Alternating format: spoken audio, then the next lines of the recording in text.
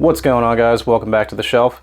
Now, today I want to take the time to talk about something that's been bothering me for a little while now, and that is the state of television shows as they exist currently in the year 2024. I've got a good amount of thoughts on this subject, and we're going to get into that today. And the root of this problem, in my opinion, can be traced all the way back to a little streaming service called Netflix.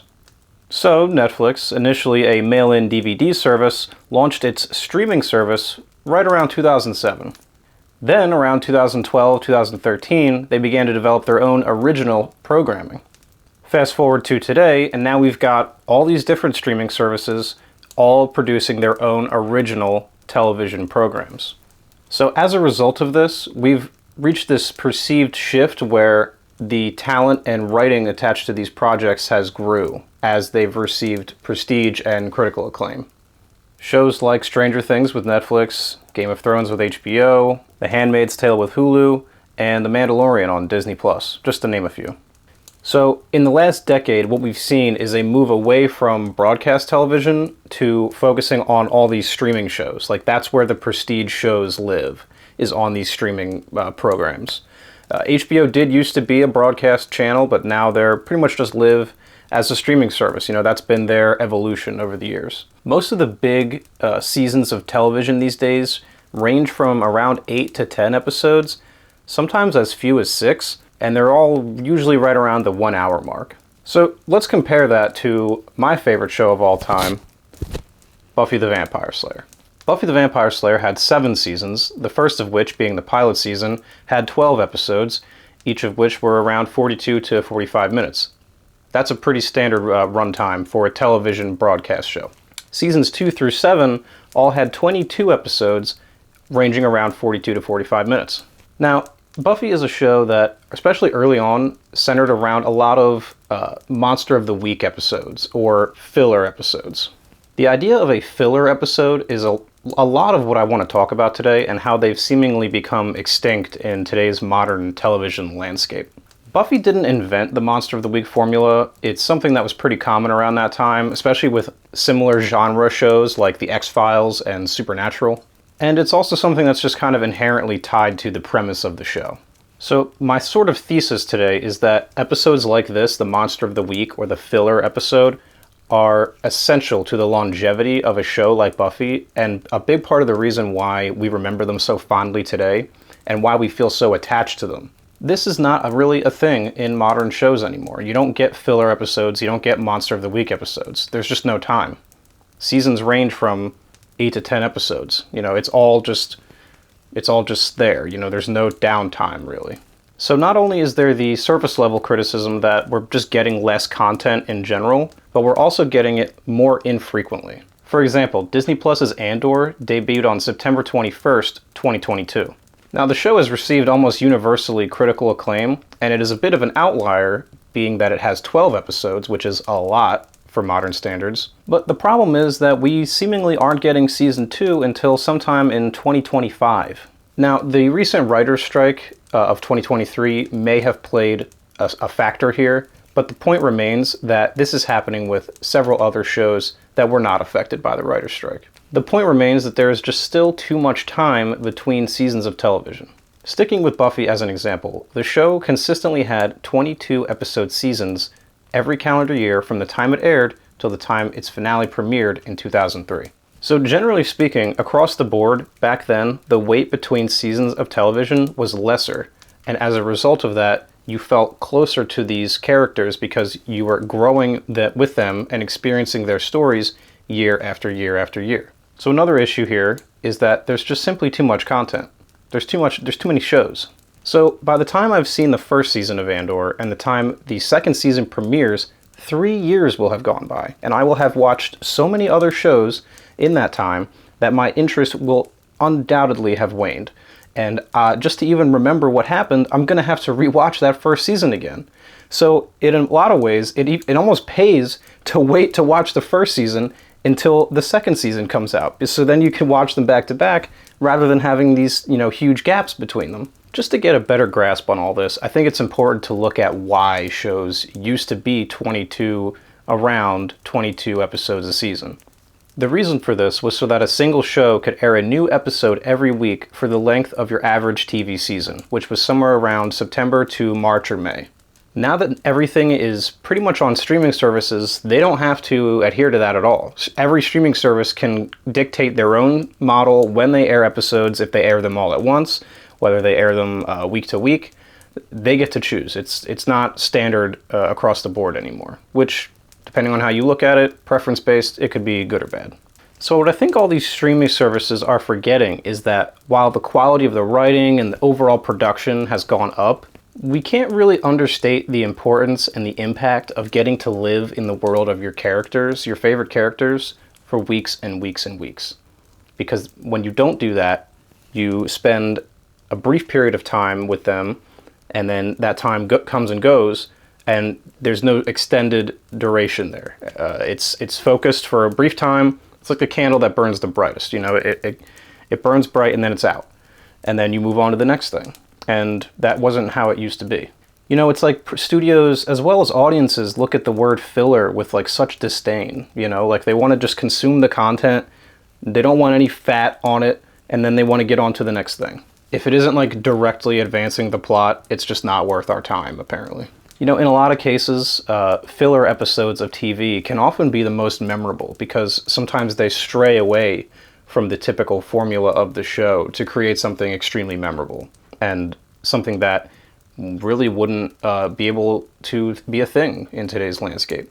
Keeping with the Buffy theme, there is a musical episode of that show, which fans of the show will undoubtedly tell you is one of the most memorable episodes in the whole show. Because I, for one... I've got a theory that it's a demon, a dancing demon. Nah, something isn't right there. I've got a theory, some kid is dreaming, and we're all stuck inside his wacky Broadway nightmare. It's awesome, but it doesn't have a ton of time dedicated to advancing the plot. There is some of that. It's mostly towards the end. It's sort of bookended by it, but it's more focused on delivering a super memorable and fun experience, and it's one that people keep talking about even to this day. And that's just not a thing anymore, and I think that's kind of a problem. It's all about instant gratification now.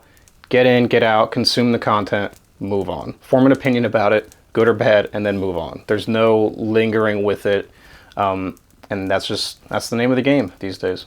I'm here to say filler episodes are a good thing. Filler episodes give us the chance to have an episode dedicated around a certain character, you know, and then that's not the main character. They're a side character, maybe somebody's favorite side character, but then you get a whole episode about them and you get to watch things from their perspective, and it's a ton of fun. And you're like, wow, this is great, and it adds to the overall viewing experience, and it adds to the legacy of the show because you've got something for everyone. With a show like Buffy, you know, plot advancement is pretty incremental until around episode 12, the halfway point of the season. And that's when things really start ramping up. The action starts ramping up. And some people could look at that as padding. I wouldn't necessarily say you're wrong, but there's a difference between padding and allowing something to really build and build over time. It's really just a lost art in television these days. You know, a show like Stranger Things would never take the time to have a whole episode where everybody is just breaking out into song. Or, conversely, an episode where nobody can talk. They just wouldn't do that anymore, and it's just a bummer. There is no fluff anymore. Everything is so streamlined and it all has to be in service of advancing the plot. In my opinion, this is not in the spirit of television. It's kind of what movies are for. And I guess the big, you know, thesis statement here is that TV shows are becoming too much like movies. There's a reason we have the distinction. And when you try to make TV feel more like movies, I don't care as much because I'm not living in those worlds frequently and often enough to care about the characters. We live in such a content-centric age with all these different platforms vying for our attention. When all the big shows have a minimum of 2 to 3 years between seasons, it kills any momentum that the show had going for it. That's not to say people won't watch when it finally does come out, because we do, but we shouldn't have to wait that long. You know, that's how long you wait for movies. And shows have become prestige shows now. And that's not to say that I don't enjoy shows like House of the Dragon or, you know, The Mandalorian, Season 1 and Season 2 in particular.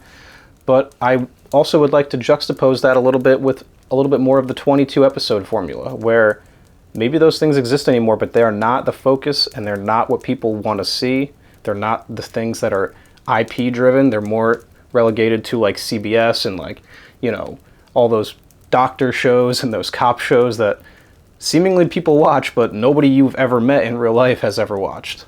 The connection you're going to have with the show and the characters on that show 22 times a year versus having to wait 2 to 3 years just for, if you're lucky, 8 episodes of television, it's just not the same. You know, a lot can happen in 2 years. You know, our tastes can change, and there's a good chance I might not even finish the show because something else has come along, or I've just lost interest. I'd have to rewatch the past season, which I don't feel like doing because, you know, it's just a lot of time. And like I said, we have everyone's time is valuable. We got a lot going on. We got a lot of different content that we're all trying to watch, and that's just the way it is.